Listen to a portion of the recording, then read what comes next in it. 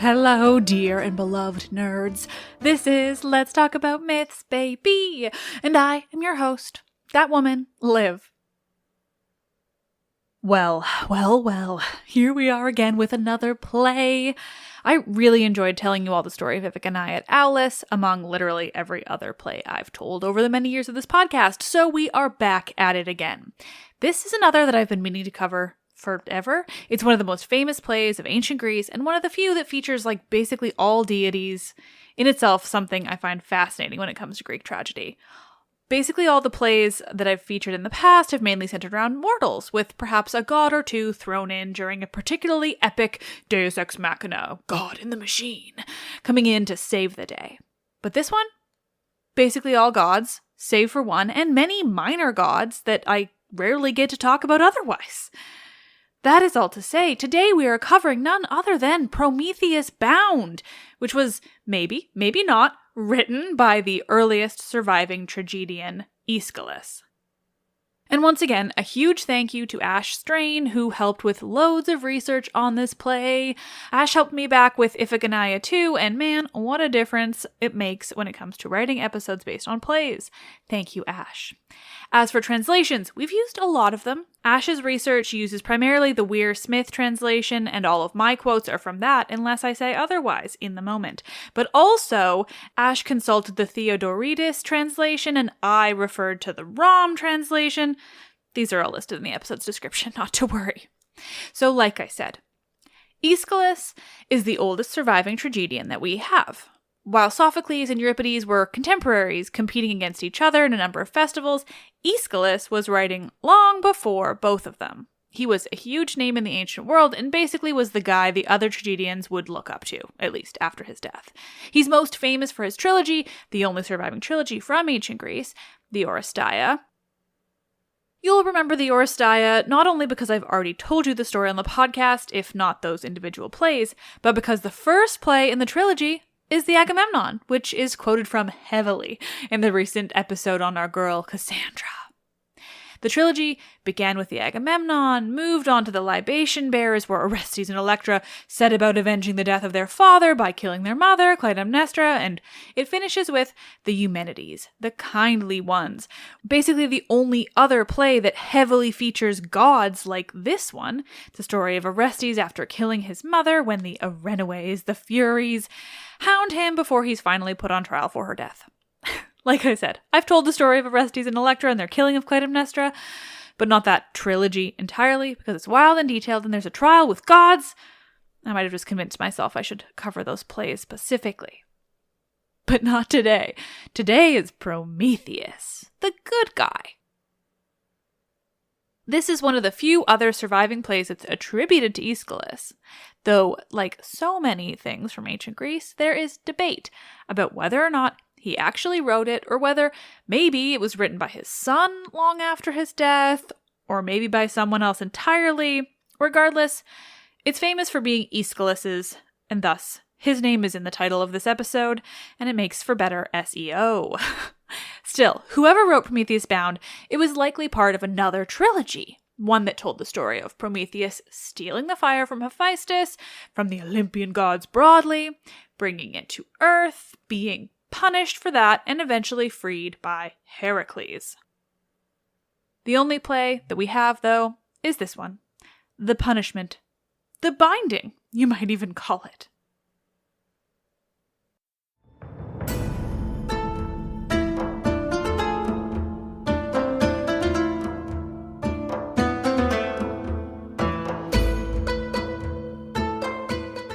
This is episode 144. All this over a bit of fire? Aeschylus's Prometheus Bound.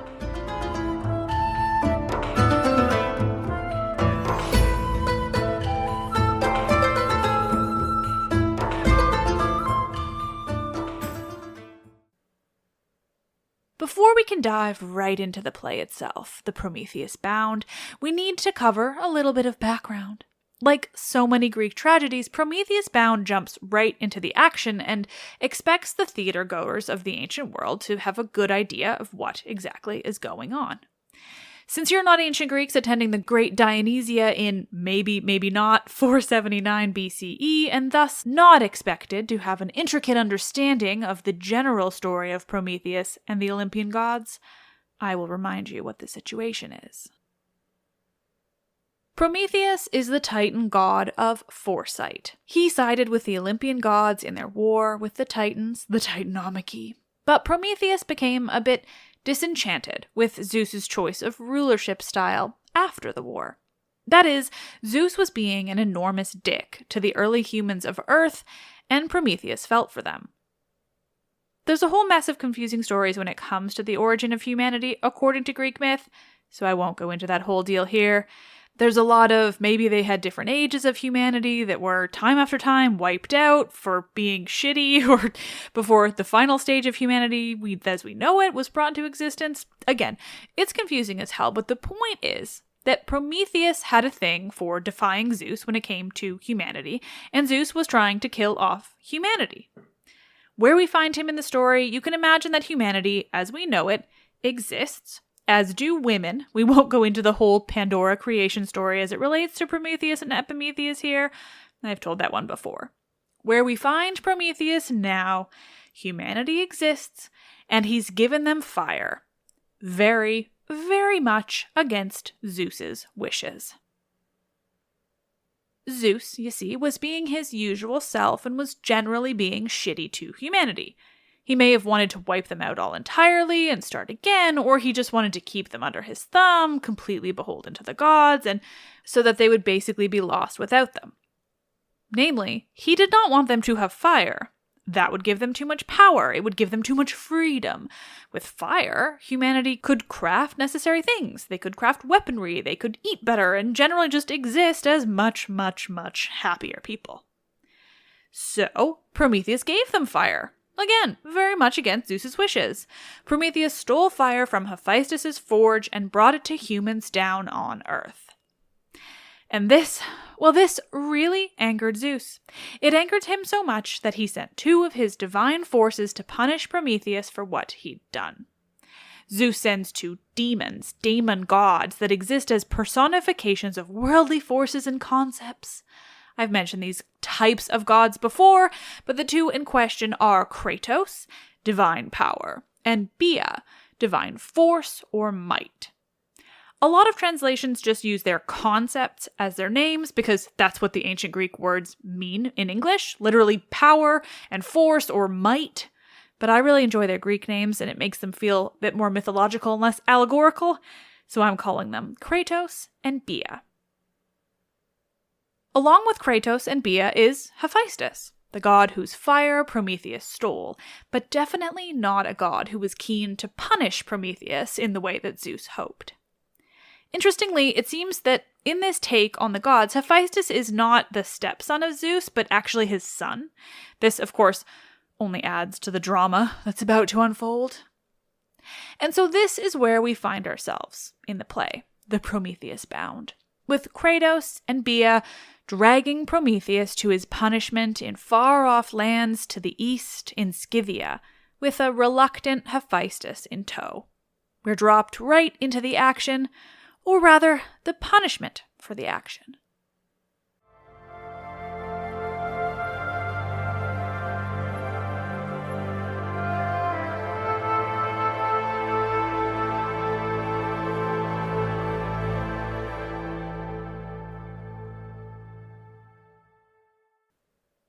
To earth's remotest limits we come, to the Scythian land and untrodden solitude. And now, Hephaestus, yours is the charge to observe the mandates laid upon you by the Father, to clamp this miscreant upon the high, craggy rocks in shackles of binding adamant that cannot be broken.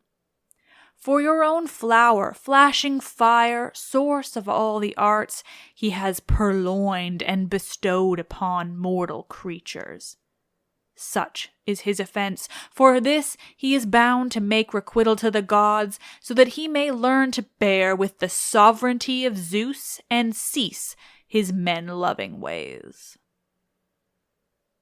That is how Kratos begins this play. Ultimately, this play is about the gods in a truly fascinating way. It's about the power of the various gods, but it's also about the long-term hierarchy of the gods. Prometheus is ancient. In this play, he's meant to be maybe even more ancient than in the more traditional mythology that we have.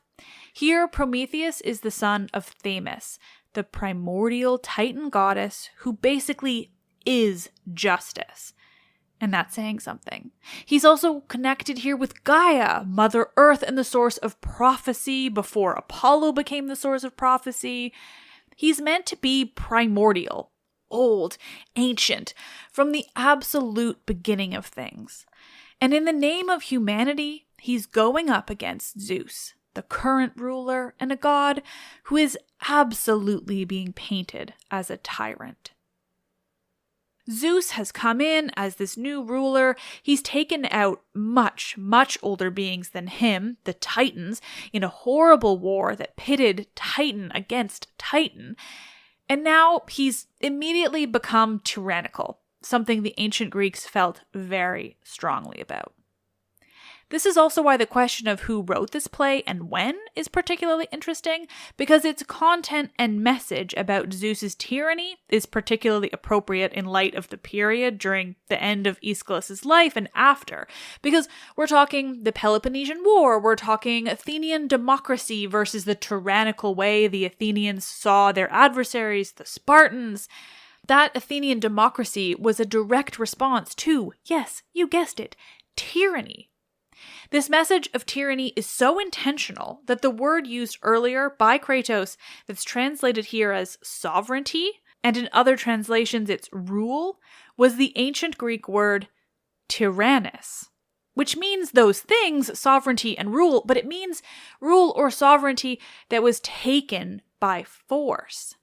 It's related to the word tyrannos, which was an ancient Greek word for king, but specifically the type of king that's, well, a tyrant. They had other words for kings that had more positive connotations. It's fascinating, which is why I'm rambling on about it instead of going into the play. It's fascinating because all of those historical aspects I just rambled on about, but it's also fascinating for divine reasons, primarily because of how we view religious worship now, with the supremacy of these monotheisms where the god figure is the most ancient thing there is. There's nothing older than God, but here there are so many beings older than Zeus, and the only reason Zeus is the supreme leader is because he won a war. That in itself is so fascinating, and it's also a nudge at people who like to yell at me for shit-talking Zeus, because, you know, he's the god of everything, and I mean, I guess that means I should respect him. But let's look at this play, and the ancient Greek people and their mythology broadly. They also thought he was a shit sometimes, and there's a play to prove it. So certain modern Hellenists, I respect you, but you've got to also respect my right to talk the truth about Zeus, because the ancient Greeks that came before you saw him as a shit too. Anyway, back to this ancient and primordial Prometheus who's going up against the new king of the gods and god much, much, much Prometheus's junior, Zeus.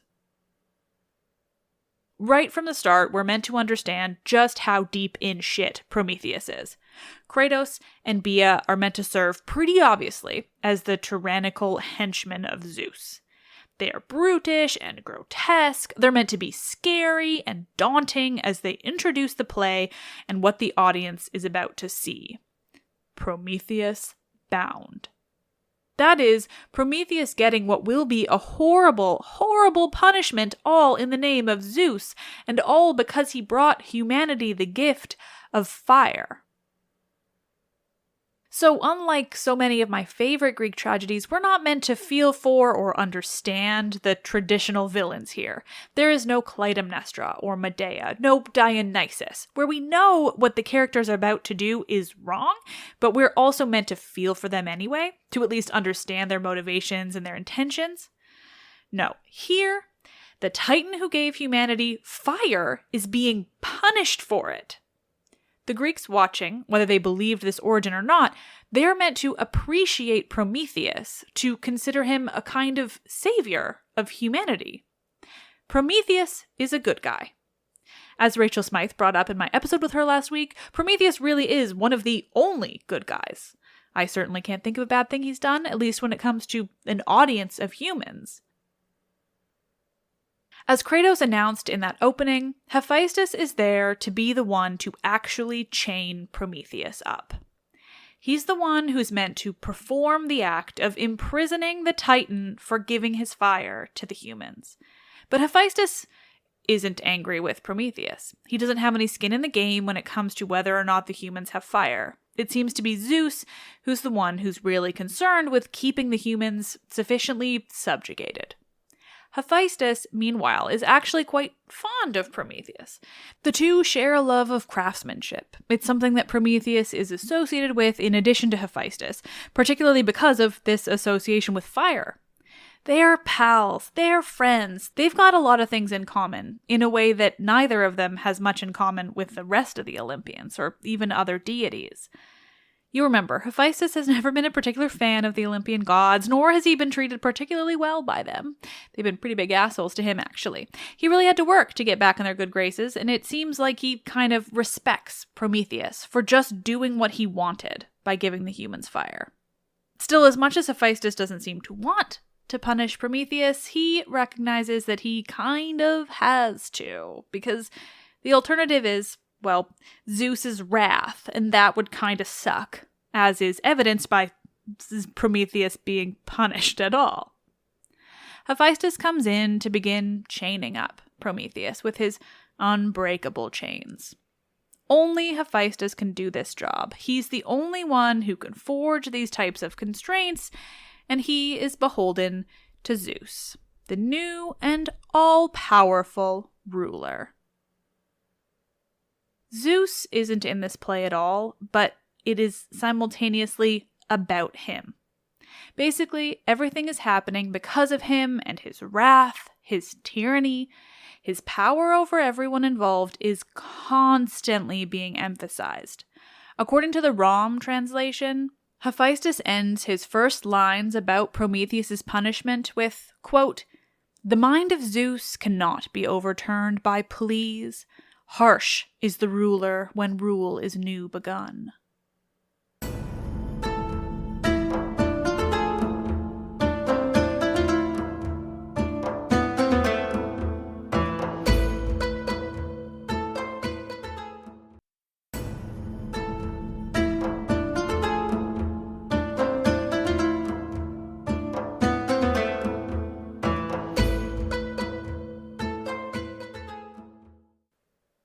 In Aeschylus' take on the physical imprisonment of Prometheus, the experience itself is more about isolation than it is about the horror of his more traditional punishment.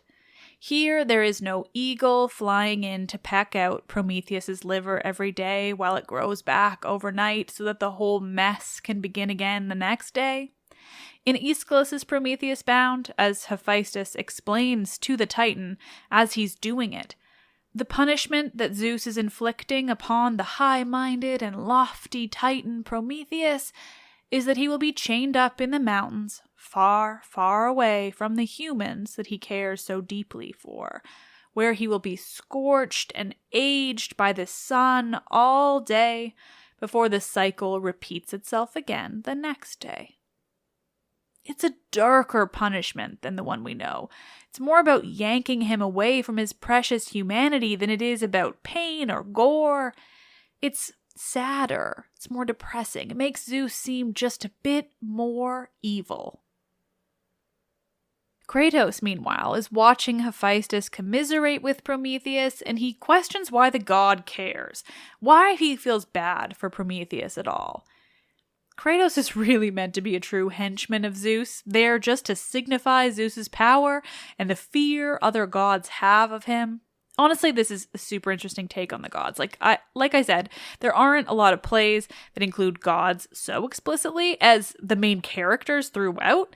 They're usually just there to finish things up or fuck shit up, just to provide some kind of divine mess. But here we get an insight into the behavior of the gods outside epics and hymns. This is just a playwright of the early classical period, painting a picture of how the gods saw each other, and particularly how they saw Zeus. No one is free except Zeus, Kratos says explicitly. This suggests that the Greeks didn't really fear the gods for themselves, or at least they didn't fear them like Christianity often expects one to fear God. Like, Aeschylus is out here being like, okay, so this Titan Prometheus gave us fire. He's super important to humanity and he gave us awesome shit. And here's Zeus, the literal king of the gods, fucking shit up for Prometheus. Like, it is definitely not kind to Zeus. Hephaestus begins the process, chaining Prometheus up, and Kratos taunts him as he does. Again, he's a stand-in for Zeus. He's calling out Hephaestus for feeling bad for the Titan, telling him it's pointless and that he should, quote, strike harder, clamp him tight, leave nothing loose, for he is wondrously clever at finding a way out of even desperate straits. Kratos taunts both the men, but he turns his focus to Prometheus now, telling him that he's nothing compared to Zeus, and he tells Hephaestus to really make the punishment hurt. As Ash said in their notes, what a dick. Meanwhile, Hephaestus gets it. The Rom translation has him saying, I, Prometheus, now I groan for your pains. Kratos goes on and on. He's being really fucking obnoxious and horrible, just over the top, before Hephaestus finally snaps at him. Like, dude, I fucking know what I'm doing. You don't have to make every moment of this torture. Fucking personification of power god trying to tell the god of fire how to do his job. I am embarrassed for you, Kratos. But finally, Hephaestus is done. Prometheus has been chained up, and so he leaves. Prometheus is, just briefly, alone with Kratos and Bia. As he stands there, chained to a mountainside with unbreakable chains, Kratos tells Prometheus, quote, falsely the gods call you Prometheus, for you yourself need forethought to free yourself from this handiwork.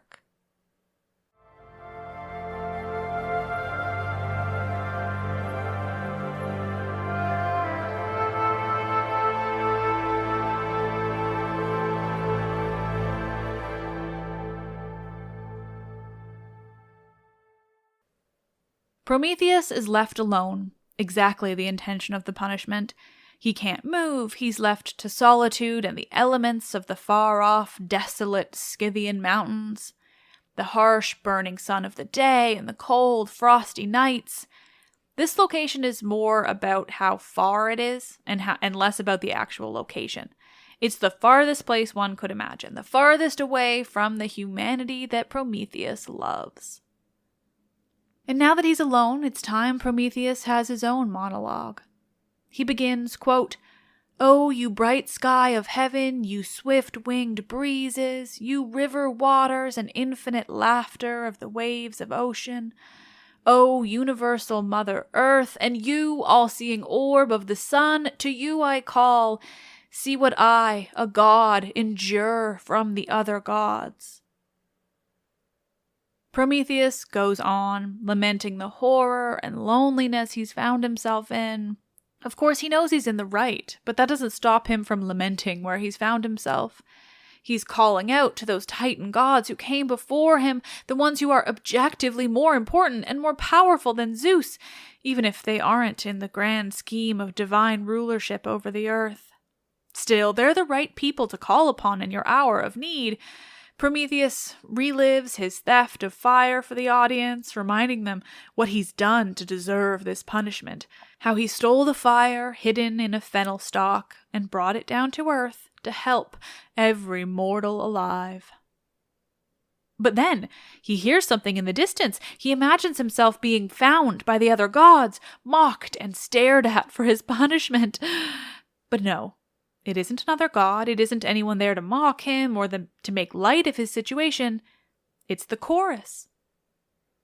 Oceanids, second-generation titans, the daughters of Earth encircling Oceanus, fly in on a winged chariot, there to speak with and reassure Prometheus. They're there for him. They heard of what's happening to him, and they rushed off to see him, to let him know he isn't alone. The Oceanids tell Prometheus that they flew to his side so quickly that they didn't even have time to put on their sandals. The Oceanids agree with Prometheus. There's a reason it's Oceanids sent to see him, sent in as this chorus rather than some group of goddesses more closely aligned with Zeus. The Oceanids, like Prometheus, are primordial and ancient. They're from the time before. They knew the world before Zeus took over and began implementing his tyranny. The Oceanids announce, quote, "For there are new rulers in heaven, and Zeus governs with lawless customs. That which was mighty before, he now brings to nothing." The Oceanids and Prometheus go on to discuss Zeus and his rule. They speak of the titans that had fallen, those primordial beings that have either been imprisoned by Zeus or simply bowed before him, relinquishing their power to this new ruler. Prometheus laments that he's not locked away with the other titans deep in Tartarus, where his punishment wouldn't be so shameful, where he wouldn't be alone. They speak of Zeus's power. It's all about Zeus and this new rule over the world and what it's brought with it. And what Zeus and his rule has brought is certainly nothing good.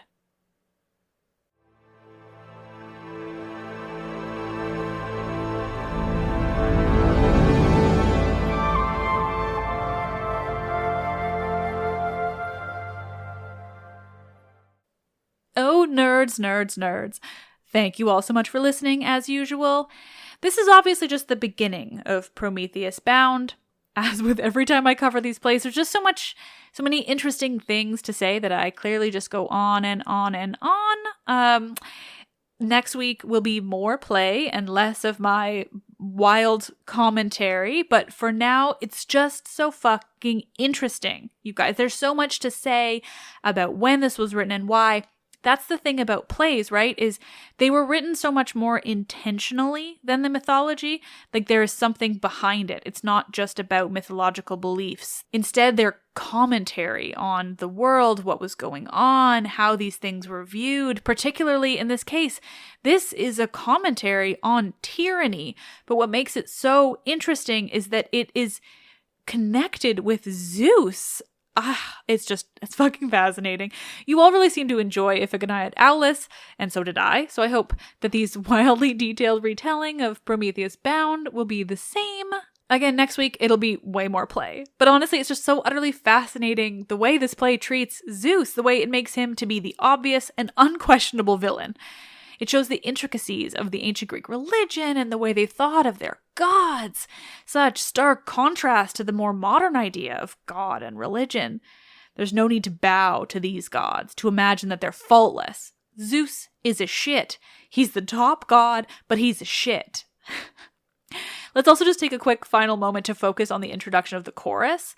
A bunch of primordial goddesses in a winged chariot, flying in to visit Prometheus where he stands, chained on stage. How would this have been performed? It's too early in Greek theater to have utilized the Deus Ex Machina structure, the machine, as far as I understand it, that cool-ass crane type thing that they had for these moments. It would have certainly come after Aeschylus, given he was writing his plays so very early if this was written by Aeschylus, but either way, I think it's still too early. I just want to know what this would have looked like. How beautiful it would have been as an audience member watching in the theater of Dionysus, nestled in the side of the Acropolis Hill, or maybe off in Epidaurus, in its even more famous theater. Seriously, where the fuck is a time machine when I need one? This episode is off the rails. I am so excited for everything coming up on the podcast, though. Finally, I'm getting to a point where I'm actually trying to plan things in advance and feel prepared for whatever the fuck I'm doing. What a concept. ADHD is a bitch, am I right? I have some really exciting episodes, conversation episodes scheduled. I've recorded 9 over a 3-week period, so there's just so much incoming. I spoke with Ben, who runs the enormous and hilarious classical studies memes for Hellenistic teens meme accounts on Twitter and Facebook. He and I have been Twitter friends for a while, so it was super fun to just talk about the classical world and internet culture and, God, just everything else, I guess. I spoke to somebody about Homer, all about Homer or lack of Homer. The theories behind who Homer was or who the people were who finally compiled all those long stories into one piece of epic poetry that we now attribute to Homer. It was fascinating. That is coming up. I spoke with someone who plays ancient instruments and writes songs of Homeric hymns and songs of epic characters, all about the mythology and the music of that world. So fucking cool. I spoke with someone about monsters and monster theory, another about the idea of Kalon Kakon, beautiful evil, and the women who wear that label, Pandora and Helen among them. Honestly, I could keep going on and on. There's so much more, and that doesn't even include the utterly epic series I'm planning all about, yes, Atlantis. Oh man, it's gonna be huge. I cannot wait to share more. Plus, of course, so many more of the regular and always fun narrative episodes. More Prometheus Bound. I'm going to do a deep dive on Helen soon and all the drama that surrounds that famous mortal woman of Greek myth. We're going to go into Apollo and all the stupid shit he did. He was not a particularly great dude, as many of the stories I've already told have indicated. I spoke about him recently on my Patreon-specific episodes, and it was super interesting rambling about that, so a real episode seems in order. Really, I'm just psyched by everything coming. The narrative episodes and the conversation episodes and the reading episodes. I'm thrilled that I've got a plan, and I hope you all are just as thrilled as I am. So, stay tuned. Make sure you're subscribed so you get all the episodes when they come out. Rating, reviewing, and subscribing is seriously huge when it comes to a podcast's growth. I reached peak podcast numbers this past summer, and then they've dropped a lot, which honestly is super stressful because it's my whole job. So, subscribe. Rate and review if you haven't already. And in thanks for just that, I'm going to read a 5-star review I got this week. I'll keep this up too, picking a review to read at the end of every episode because thank you to everyone who gives me 5-star reviews. This one comes from iTunes from Readings It. I've been raving to all my friends about this podcast, so I figured I'd write an actual review. I love the way Liv tells these stories with a modern feminist perspective and the perfect amount of sarcastic humor. Thank you. This person gets me. This is everything I am in one review, and I truly, these mean the world to me. So thank you all. I'm going to stop rambling. Are you even listening still? Awesome. Thank you. I appreciate it. You are all the fucking best. Where would I be without you cool-ass nerds? I'm Liv, and I love this shit.